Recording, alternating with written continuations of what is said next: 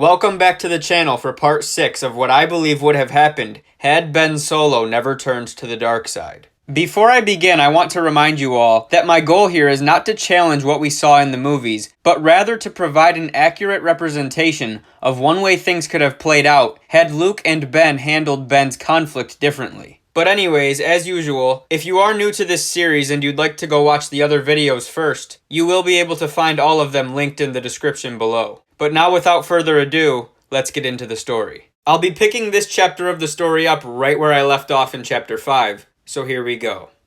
They opened the temple doors with their lightsabers ignited, but were surprised to find that there wasn't anybody waiting for them inside. The temple's interior would have been unrecognizable to anyone who had seen it before the Great Purge. It was dark. The bright shine that the walls and floors once had been beaten out of them, and there was a massive hole in the middle of the open cathedral. They walked together, cautiously approaching the dark presence radiating from below. As they reached the bottom of the pit, a voice rippled through the wide corridors. "Long have I waited. Everything will soon be set right, if you do as I ask. But should you defy me, today will mark the final word in the story of Skywalker." The Emperor came into sight. Han Solo and Chewbacca were tied up to his right, and a dark hooded figure stood below his throne on the left. He addressed Luke first. "Long ago you took everything from me, crippled my empire and left me for dead. Now you have taken my family and called it yours. I have simply returned the favor. The deal is simple. I will spare your friends' lives. I will allow Han Solo and the Wookiee to leave here with the princess and their son. They will be taken to a settlement in the Outer Rim, where they will live out the rest of their days in comfort. In return, you and my granddaughter will stay with me. Your destiny from that moment will depend on your actions." He shifted his attention slightly. "And you, my grandchild, will take your place at my side as Empress, and the final order will restore peace and justice to the galaxy." Luke took a long moment to consider his options. His hesitation caused the dark figure next to Palpatine to raise his head, and Luke was horrified to see that the man at the Emperor's side was a clone of Sidious himself, and the two lightsabers attached to his belt destroyed any question about his connection to the Force. Cloning a Force sensitive was almost impossible. It never worked, but Palpatine had done it. Of course he had. Nobody was ready to accept his offer, but Luke didn't see a way out. Palpatine held all the cards. He had the hostages, he had the power, and now there were two of him. Palpatine grinned as Luke put his arm on Rey's shoulder, and the two of them started toward him. Leia didn't protest. She didn't know what was going to happen, but the dark power in this room far outweighed the light. The Emperor's presence was like nothing she had ever felt. Now was not the time to act on her emotions. Ben followed her lead for the time being, but he knew one thing with absolute certainty. He was not leaving this place without Rey.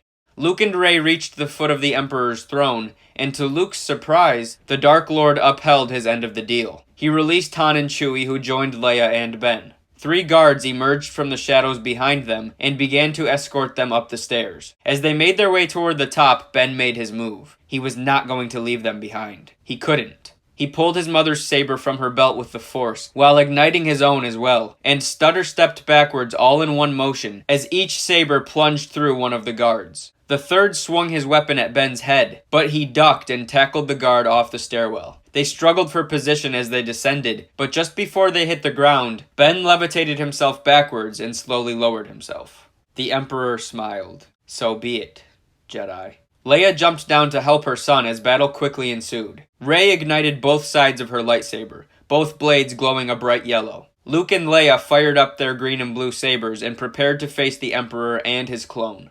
Lightning crackled at Palpatine's fingertips, as his clone ignited 2 individual red blades. And it was in this moment that Luke realized something else. That creature he had faced so many years ago, when they killed Snoke, wasn't really Palpatine. It was his clone.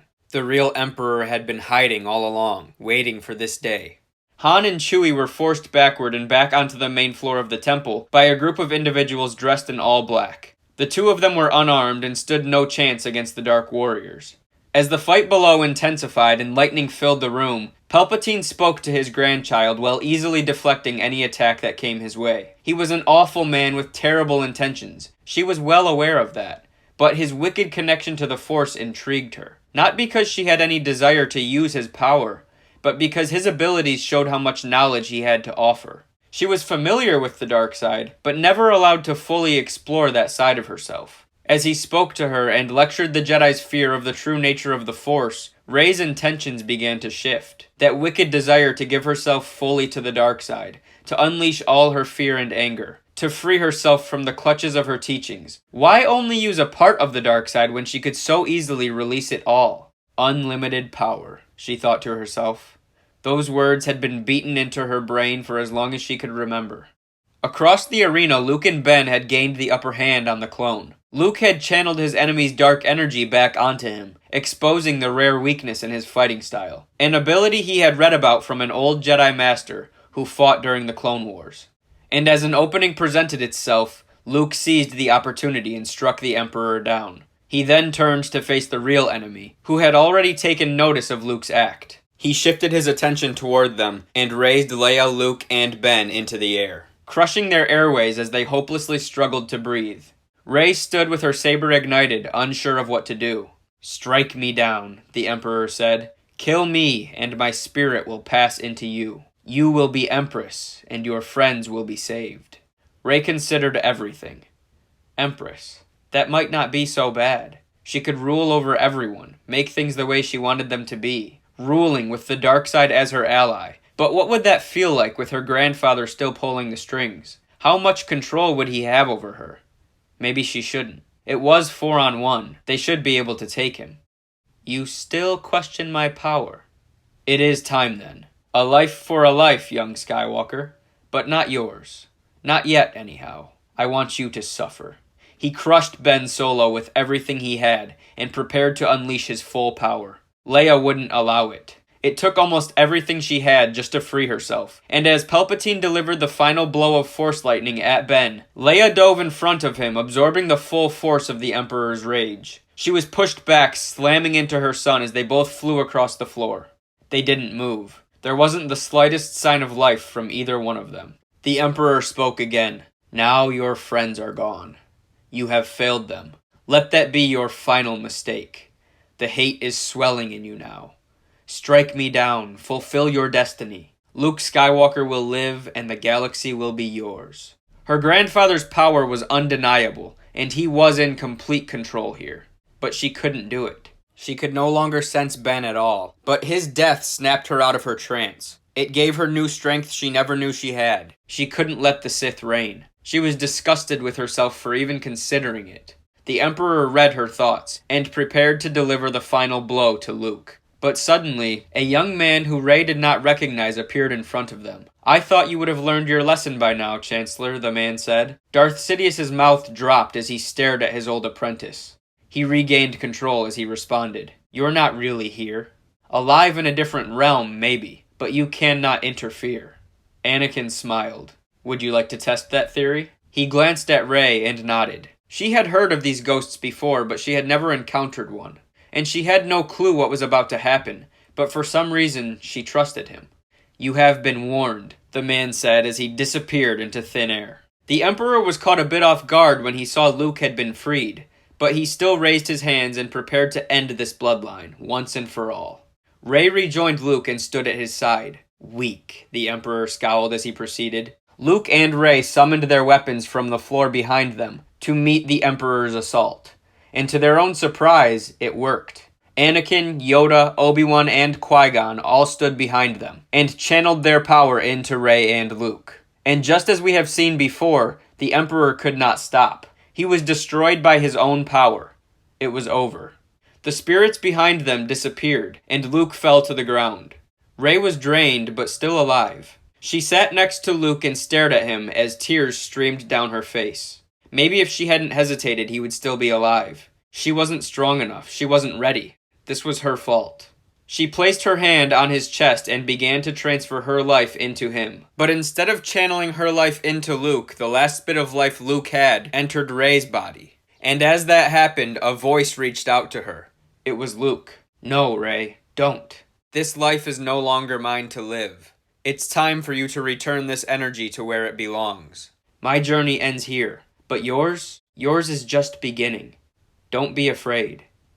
You're not alone." She took a second to consider what she had just heard, and then realized what exactly Luke meant by that. It took all of her energy just to stand and limp her way over to Ben. Two that are one, she thought to herself. She closed her eyes and placed her hands on Ben's chest, pouring everything she had into him, willing to die to save him if she had to. And then, Ben awakened. It was Rey who brought Ben back. She was the first person he saw when he awakened. But the truth was that Luke Skywalker was the one who gave Ben back to the galaxy. Back to Rey. They shared a moment, gazing into each other's eyes, thankful to be here with one another. Ben's focus shifted. He glanced to his side. He reached for his mother's empty cloak. He squeezed it in his hands, held it to his face, and then fell into Rey's lap. Rey rested her head on his, and they stayed that way for a moment. Ben sat up abruptly to meet Rey's eyes. "My father," he said. Rey grabbed Luke's Jedi robe and the lightsabers, and the two raced back to the top of the stairs. Ben bursted through the doors of the temple and found Han and Chewie standing with large, heavy weapons Ben had never seen them use before. They were surrounded by 6 bodies dressed in all black. Ben recognized them. He had met them a long time ago. Han stared down at the silky cloak in his son's hands. Ben spoke first. "Dad." Han responded, "I know, son. I know." Ben hugged his father as Chewbacca wrapped his arms around both of them. Han opened his eyes and saw a woman standing there. He looked at Ben. "Is this?" He looked back at her. "Are you the girl that was... But you were so much... Get over here." He and Ben opened their arms, and Rey joined the family reunion. And that was exactly what they were. A family. Rey included. Han grinned playfully as he met Ben's eyes. After a long hug, and a moment of understanding everything that had just went down, they headed back to the Falcon. Han told Rey and Ben to fly the ship. Ben deemed himself the co-pilot, insisting that Rey take the lead. Before they took off, 2 voices came to them, clear and strong. "The Force will be with you. Always." Rey looked at Ben. They both smiled and shared a feeling of relief and confidence and excitement for their future, as they pulled away and joyfully prepared for the next chapter of their lives together. And this concludes my attempt at answering the question, what would have happened had Ben Solo never turned to the dark side? I hope that this story provided somewhat of an accurate representation of what would have went down had different decisions been made early on. I had a really good time coming up with this and sharing it with you all, so I hope you guys enjoyed the story as well. Thank you all for following me on this quest to answer this question, and of course, may the Force be with you always.